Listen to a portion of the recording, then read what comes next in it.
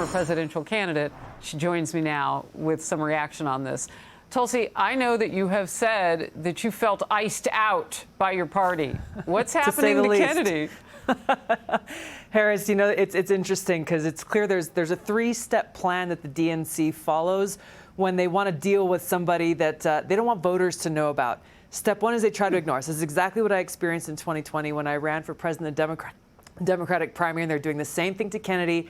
Ignore him. Pretend he doesn't even exist. If that doesn't work, and they have to pay attention. Number two, seek to smear and discredit. As you just said, Biden themselves have said is their plan to try to discredit him. The Washington Post a couple of days ago just did this lengthy piece throwing everything but the kitchen sink with baseless accusations and lies and all of these things on Kennedy so that they can plant that seed of doubt and concern in voters' minds. And if that doesn't work, they go into step number three, which is pull out all the stops and destroy. And for me, this is when Hillary Clinton went out and started saying that I was a traitor, a Russian asset going against the country that I love. And they repeat these baseless lies until voters actually start to believe them.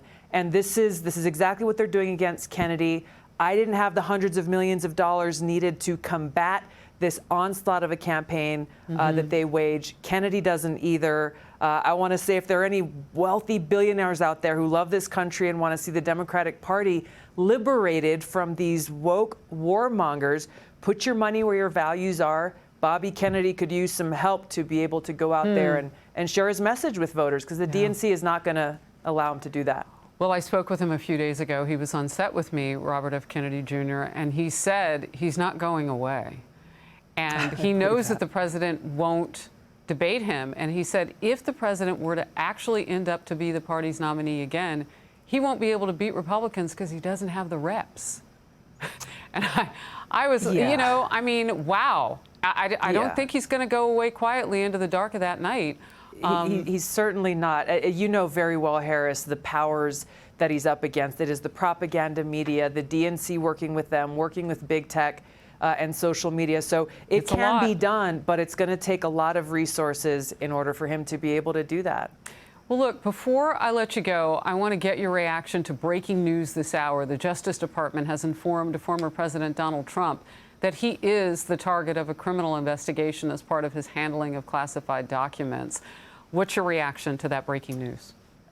We don't know much yet. I will just say there should be a lot of healthy cynicism, because time after time we've seen these investigations, most recently the Durham report, saying, well, hey, this whole Russia collusion thing was a hoax, so we'll wait and see what happens. But I think a lot of people are pretty cynical at this point, given how much these institutions are being weaponized to go after political opponents. And we keep finding that. Like it comes out and the evidence is there over and over and over. Tulsi Gabbard, great to see you. Thank you. Thank you, Harris. Hey, Sean Hannity here. Hey, click here to subscribe to Fox News YouTube page and catch our hottest interviews and most compelling analysis. You will not get it anywhere else.